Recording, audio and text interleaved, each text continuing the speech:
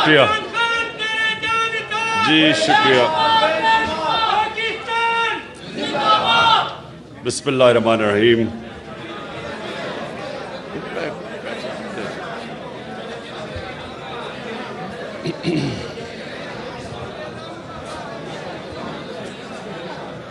ایاک نعبد و ایاک نستعین.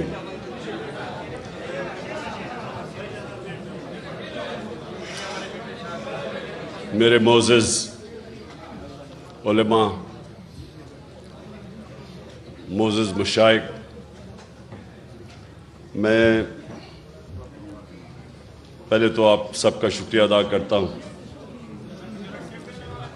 آپ یہاں تشریف لائے اور میں نے آپ کی تقریریں بھی سنی. تو میں سب سے پہلے آپ کو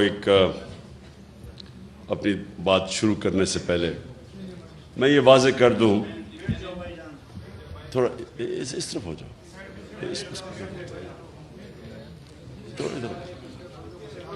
اور آپ بھی نیچے ہو جاؤ، وہ نہیں دیکھ سکتے. تو میں یہ واضح کر دوں کہ میں کوئی اسلام کا کوئی عالم نہیں ہوں. میں کوئی اپنے آپ کو اسکالر نہیں سمجھتا اسلام کا. لیکن میں جس طرح کل بھی میں نے یہ بات کی کہ میں نے اپنی زندگی کے تجربے سے، اور میں نے بڑا مغربی کلچر اندر سے دیکھا، اور اپنا تو میں جانتا تھا. ہم بڑے ہوئے ایک ایسے گھر میں جدھر شروع سے ہی ہمیں بڑی تربیت دی گئی اسلام کی. تو لیکن مجھے جو فرق ہے باقی لوگوں سے، میں جو مغربی کلچر ہے وہ میں شاید ہی کوئی اتنا بہتر سمجھتا ہوں جو میرے سے زیادہ.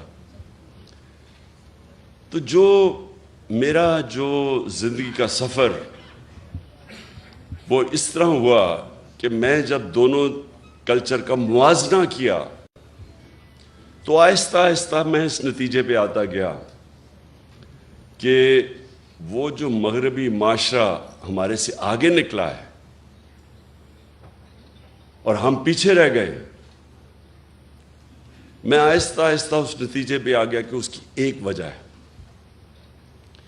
کہ ہمارے نبی صلی اللہ علیہ وسلم رحمت للعالمین، ہمارا جو رب ہے وہ رب العالمین ہے،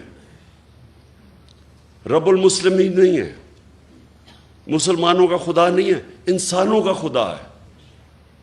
اور ہمارے جو نبی صلی اللہ علیہ وسلم تھے وہ سارے انسانوں کے لیے رحمت بن کے آئے تھے.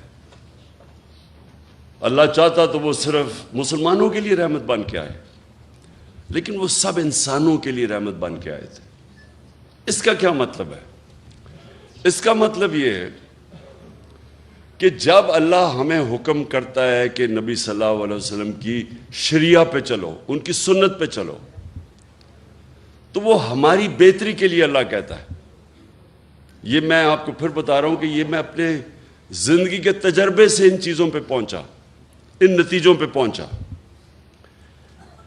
کہ جب اللہ حکم کرتا ہے کہ ان کی زندگی سے سیکھو، ان کی سنت پہ چلو، تو اللہ کیا کہہ رہا ہے؟ اللہ ہمیں کیونکہ ہمارے سے پیار کرتا ہے، اللہ وہ اپنی مخلوق سے سب سے زیادہ پیار کرتا ہے، تو وہ ہمیں وہ راستہ دکھا رہا ہے جو راستہ انسان کے عروج کا ہے. کیونکہ دنیا کی تاریخ میں نہ کوئی وہ انسان اس عروج پہ پہنچ سکتا ہے، نہ کبھی پہنچے گا جو ہمارے نبی صلی اللہ علیہ وسلم پہنچ ہی نہیں سکتا. کوئی اتنا بڑا لیڈر نہیں بن سکتا. کسی ایک انگریزی کتاب ہے کہ دنیا کے جو 100 سب سے عظیم لوگ، انگریزی کی کتاب ہے، ولیم ہارٹ انگریز نے لکھی ہوئی ہے. اس میں وہ کتاب 100 انسانوں کی بات کرتا ہے کہ دنیا کے سب سے عظیم انسان تھے. اس میں جو وہ سب سے نمبر 1 رکھتا ہے وہ ہمارے نبی صلی اللہ علیہ وسلم کو رکھتا ہے. کیوں رکھتا ہے؟ کیونکہ کسی انسان نے اتنی زندگی میں اچیومنٹ کی نہیں کسی انسان نے وہ دنیا کے اندر اس کو وہ عروج ملا ہی نہیں، وہ کام کیے ہی نہیں جو ایک انسان نے کیے۔ میں جب یونیورسٹی میں تھا ہم کتابیں پڑھتے تھے کہ جی وہ فلانا آدمی بڑا کامیاب ہے۔ میں کرکٹ کی بھی کتابیں، جو اچھا کھلاڑی تھا اس کے اوپر پڑھتا تھا۔ کیوں پڑھتے تھے؟ کیونکہ ہم ان سے سیکھنا چاہتے تھے، ہمارے رول ماڈل تھے۔ آج ہمارے بچے بل گیٹس کا پڑھتے ہیں کہ دنیا کا سب سے کامیاب ٹیکنالوجی کا آدمی ہے، کہ وہ کیسے پہنچا۔ اسٹیو جابز، یہ بڑے لوگ جو کامیاب ہیں، لوگ ان کی کتابیں پڑھتے ہیں۔ تو جو آج انسان سب سے دنیا کی تاریخ کا عظیم آدمی تھا، تو اللہ ہمیں حکم کر رہا ہے کہ ان کی زندگی سے سیکھو، کیونکہ اگر آپ نے اوپر جانا ہے تو ان کے راستے پہ چلو۔ اللہ کو فائدہ نہیں پہنچا سکتا کوئی، اللہ بے نیاز ہے، یہ ہماری بہتری کے لیے وہ کہتا ہے۔ تو میرا یہ سب سے پہلا یہ نتیجے پہ میں کیسے پہنچا، کیونکہ جب میں نے دونوں معاشرے دیکھے، آپ حیران ہوں گے کہ جو مدینہ کی ریاست کے اصول بنائے تھے میرے نبی صلی اللہ علیہ وسلم نے، آپ حیران ہوں گے کہ وہ ان اصولوں پہ وہ مغربی معاشرے چل رہے ہیں۔ جو انہوں نے مدینہ کی ریاست پہ ایک ان انسانوں کو جن کی کوئی حیثیت ہی نہیں تھی، ان کو دنیا کی امامت کروا دی، اور یہ تاریخ کا حصہ ہے۔ ایک کتاب ہے، بڑی تاریخی کتاب، اس کو کہتے ہیں دا فال آف رومن ایمپائر، ایک بڑا ہسٹورین گبنز اس نے لکھی ہوئی ہے۔ اس میں ایک پورا چیپٹر ہے کہ کیسے وہ رومن ایمپائر جو اتنا بڑا سلطنت تھی، سپر پاور تھی، وہ کیسے گری۔ اس میں پورا چیپٹر ہے کہ ایک انسان اٹھا عرب سے، اور دیکھتے دیکھتے اس نے گھٹنے ٹیک دیے اس کے سامنے۔ تو اس نے کیا کیا، جو چیزیں کی نا، وہ تھی مدینہ کی ریاست میں انہوں نے بنیاد رکھی۔ بنیاد کس چیز پہ رکھی؟ سب سے پہلی بنیاد رکھی عدل اور انصاف پہ۔ یہ جو آپ ایک چیز یاد رکھ لیں کہ جس معاشرے کے اندر قانون کی حکمرانی نہیں، جدھر انصاف نہیں، وہ جانوروں کا معاشرہ ہے۔ جانوروں کے معاشرے میں انصاف نہیں ہوتا۔ اللہ نے جتنے اپنے پیغمبر بھجوائے دنیا میں 1,40,000، وہ سارے ایک ہی پیغام دینے آئے تھے کہ جانوروں سے مختلف انسان کی معاشرے میں انصاف ہونا چاہیے۔ اور انصاف کا مطلب ہوتا ہے طاقتور اور کمزور کے لیے ایک قانون، قانون سے اوپر کوئی نہیں ہوتا۔ یہ یاد رکھیں، یہ سب سے بڑی بنیاد رکھی جاتی ہے ایک انسانی معاشرے پہ۔ جو نبی صلی اللہ علیہ وسلم، ان کے پاس ایک قریش، اس نے کہا جی قریش کی لڑکی نے چوری کی ہے، اس کو معاف کر دیں، قریش کی لڑکی ہے۔ تو انہوں نے کہا کہ میری اگر بیٹی بھی چوری کرے گی تو اس کو سزا ملے گی، کہ کوئی قانون سے اوپر نہیں ہے۔ اور پھر انہوں نے یہ کہا کہ تمہارے سے پہلے قومیں تباہ ہوئیں، جدھر ایک چھوٹا چور چوری کرتا تھا وہ جیل میں چلا جاتا تھا، لیکن طاقتور کو اس ملک کا انصاف کا نظام نہیں سزا دے سکتا تھا، قوم تباہ ہو جاتی ہے۔ یعنی کہ جس قوم میں انصاف نہیں ہوتا وہ تباہ ہو جاتی ہے۔ جو حضرت علی رضی اللہ تعالیٰ نے کہا کہ کفر کا نظام چل جائے گا، لیکن نا انصافی اور ظلم نہیں چل سکتا، ظلم کا نظام۔ آج اگر آپ نے دیکھنا ہے عدل اور انصاف، میں آپ کو ملک بتا دیتا ہوں، سوئٹزرلینڈ چلے جائیں، سب سے خوشحال ملک ہے، وسائل ہیں ہی نہیں۔ پاکستان میں اللہ نے اتنی نعمتیں بخشی ہیں وسائل کی حیثیت سے، لیکن سوئٹزرلینڈ میں تو ہے ہی کچھ نہیں۔ وہاں خوشحالی دیکھیں جا کے۔ اور ایک انڈیکس ہوتا ہے کہ ایک ملک میں، اسے کہتے ہیں رول آف لا انڈیکس، یعنی انصاف کتنا زیادہ ہے کس ملک میں۔ آپ حیران ہوں گے کہ مسلمان ملکوں میں 20% بھی نہیں ہے انصاف، رول آف لا۔ سوئٹزرلینڈ میں تقریباً 100% ہے، کوئی قانون کے اوپر نہیں ہے۔ انصاف اور خوشحالی، ظلم کا نظام اور تباہی، یہ میرے نبی نے تب کہہ دیا تھا۔ دوسری چیز، فلاحی ریاست، مدینہ کی ریاست دنیا کی تاریخ کی پہلی فلاحی ریاست بنائی گئی تھی۔ ریاست نے اپنے کمزور طبقے کی ذمہ داری لی تھی۔ ریاست نے پورے بیووں، معذوروں کو، یتیموں کو، غریبوں کو پینشنز، مسلمان کے زمانے میں، حضرت عمر کے زمانے میں پینشنز آئی تھی، پہلی دفعہ بوڑھوں کو بھی ذمہ داری لی۔ انسانی معاشرہ تھا۔ آج اگر آپ نے یہ دیکھنا ہے فلاحی ریاست کدھر ہے، ڈنمارک، سویڈن، ناروے، برطانیہ، آپ وہاں جا کے دیکھیں کہ کیسے انسانوں کی قدر ہے۔ میں آپ کو دعویٰ کرتا ہوں کہ وہ اپنے جانوروں کا ہمارے انسانوں سے بہتر دھیان رکھتے ہیں۔ وہاں ایک پولیس والے کو 3 سال سزا دے دی کہ وہ پولیس کے کتے کے اوپر، وہ اپنے کتے پہ کسی نے دیکھ لیا کہ اس کو مار رہا تھا، پولیس والے کو سزا دے دی۔ یا پولیس والے انسانوں کے ساتھ کیا کرتے ہیں؟ ابھی وہ شہباز گل کے ساتھ کیا ہوا ہے؟ 2 دن پکڑ کے اس کو مارا، ننگا کر کے اس کو تشدد کیا۔ وہاں انسانوں کو، انسانیت کا تو نظام اور ہے، وہ جانوروں کو، ان کی ایک ہے RSPCA، وہ دیکھتی ہے کہ کئی جانوروں پہ تو نہیں ظلم ہو رہا۔ اور یہ کدھر شروع ہوا تھا؟ حضرت عمر نے کیا کہا تھا کہ اگر کتا بھی میری ریاست کے اندر بھوکا مرے میں ذمہ دار ہوں۔ بس میں ذرا چاہتا ہوں کہ میری آپ آج بات سن لیں، کیونکہ میں پھر آخر میں آنے لگا ہوں یہ حقیقی آزادی کے اوپر۔ دیکھیں، جو نبی صلی اللہ علیہ وسلم کی سنت پہ چلے گا معاشرہ، وہ اوپر چلا جائے گا، چاہے وہ مسلمان ہے یا نہیں ہے، کیونکہ وہ رحمت للعالمین ہے۔ اور جب ہم اپنے آپ کو مسلمان کہتے ہیں اور ان کے اصولوں پہ نہیں چلتے، تو پھر ہمارے سامنے تو انہوں نے کہا ہے کہ قومیں تباہ ہو جاتی۔ آج اب دیکھیں، میں زندگی کے 20-30 سال مغرب میں گزارے، وہاں تصور بھی نہیں کوئی کر سکتا کہ ایک ملک کا مجرم پکڑا جائے کہ لندن کے اندر بڑے بڑے محلات لیے ہوئے اور ایک رسید نہیں ہے کہ کدھر سے پیسہ آیا۔ 3 دفعہ پرائم منسٹر، بچے اس کے لندن بیٹھے ہیں، اربوں روپے کے گھروں میں رہتے ہیں، کہتے جی ہم پاکستانی شہری نہیں، اس لیے ہم بتاتے نہیں ہمارے پاس پیسہ کدھر سے آیا۔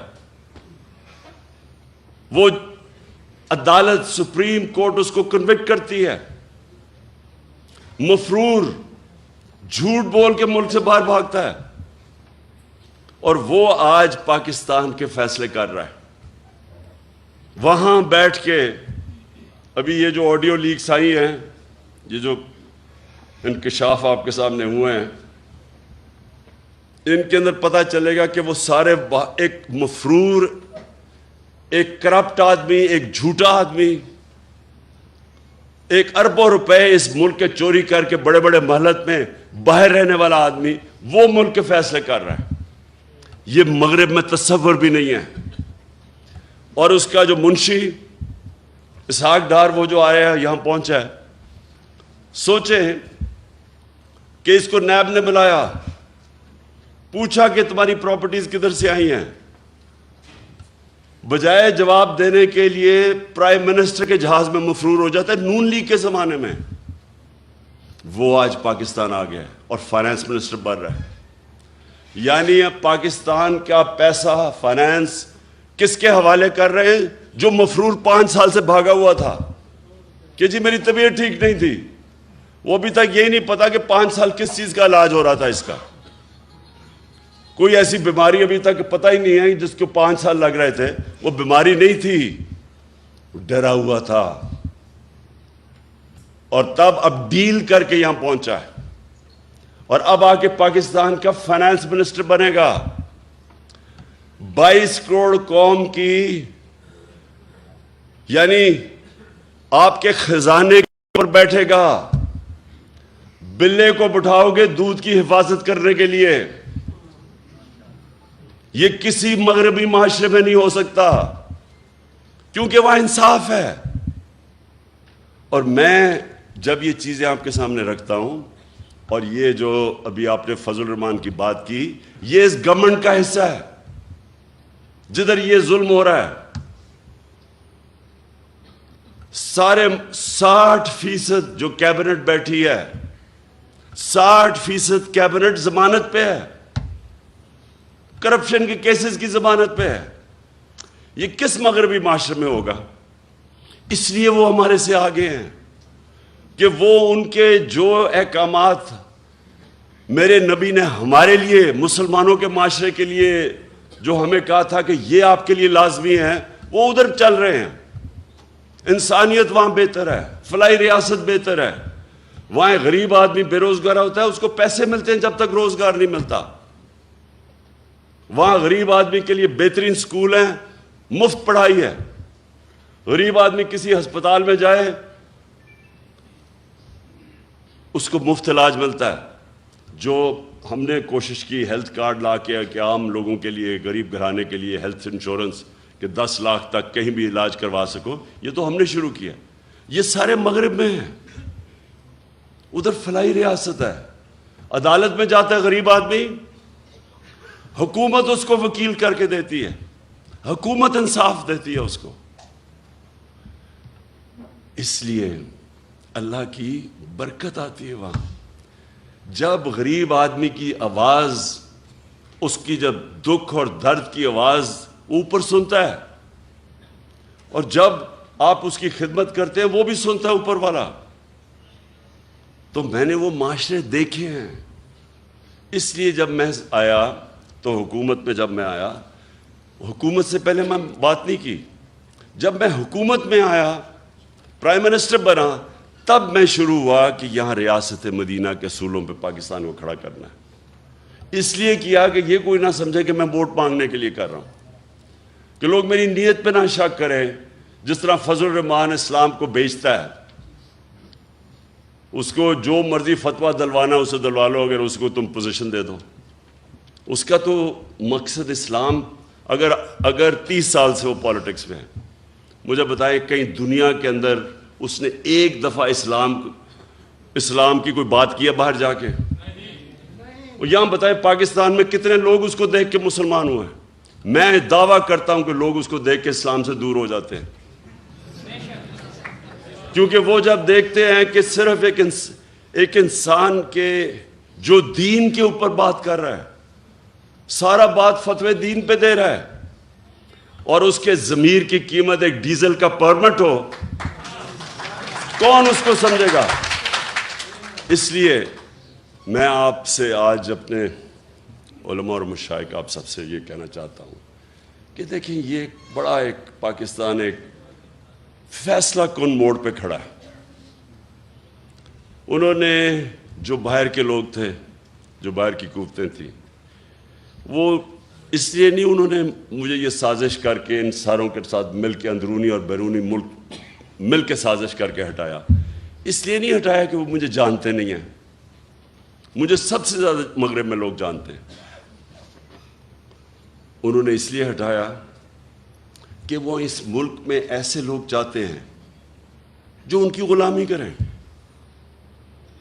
اور جتنا بڑا ڈاکو ہوتا ہے اتنا ہی وہ بزدل ہوتا ہے، کیونکہ اس کو پیسہ بچانا ہے اپنا۔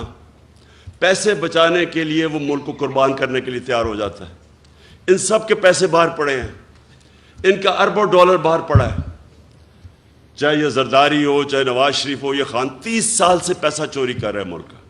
ان کو اسی طرح کے لوگ چاہیے آپ کے اوپر، کیونکہ وہ جو ان کو کہیں گے وہ کریں گے۔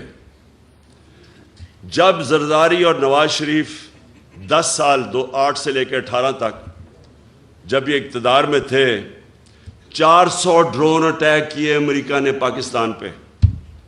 یہ دنیا کی تاریخ میں کبھی نہیں ہوا کہ جس ملک کے لیے آپ جنگ لڑ رہے ہیں وہ آپ کے اوپر ہی اٹیک کر رہا ہے، یہ کہیں نہیں ہوا آج تک۔ اور یہ سارے انسانی حقوق کی خلاف ورزی تھی، یہ سارے انٹرنیشنل لاز کی خلاف ورزی تھی۔ کوئی قانون آپ کو اجازت نہیں دیتا کہ آپ ہی فیصلہ کریں دہشت گرد کو آپ ہی مار دیں۔ ہمارا وہ الطاف حسین بیٹھا ہوا ہے لندن میں، 30 سال سے. کیا کہیں گے کہ ہم ڈرون میں اٹیک کر کے اس کو مار سکتے ہیں؟ کوئی اجازت دے گا آپ کو؟ کہیں گے عدالت پہ جاؤ. اور ہمارے یہاں لوگوں کو کتنے بے قصور لوگ مارے یہاں. اور یہ دو بیٹھے ہوئے تھے, ایک دفعہ ان کے منہ سے امریکہ کے خلاف بات نہیں نکلی. کس نے اس کے خلاف پروٹیسٹ کیا؟ تحریک انصاف نے. ہم نے جا کے دھرنے دیے ڈرونز کے خلاف, ہم نے جا کے ساری جگہ اٹھایا. ان دونوں حکمرانوں نے کبھی کچھ نہیں کیا, کیونکہ ان کے پیسے باہر پڑے ہیں. یہ اپنے پیسے کے غلام ہیں. آزادی جو حقیقی آزادی ہے وہ سب سے پہلے تو وہ آتی ہے کہ ایک حکومت ایسی ہو جو اپنے لوگوں کی بہتری کے لیے فیصلہ کرے, جو اپنے جس نظریے سے پاکستان بنا تھا اس کے لیے فیصلے کرے. اور وہ جب آپ ایک آزاد, خود جب حکومت آتی ہے جو آزاد فارن پالیسی, تو وہ اس کو مشکل وقت سے نکلنا پڑتا ہے, کیونکہ آزادی کوئی پلیٹ میں نہیں دیتا کسی کو. آزادی کے لیے جدوجہد کرنی پڑتی ہے. ہمارے نبی صلی اللہ علیہ وسلم مدینے میں پہلے دن آزادی نہیں مل گئی تھی. کفار نے پوری کوشش کی. جنگ احد کے اندر بڑی مشکلوں سے مسلمان بچے. پھر جنگ خندق کے اندر تو سارے سمجھ رہے تھے کہ بچیں گے نہیں, اتنی بڑی فوج آئی اور گھیر لیا تھا ان کو.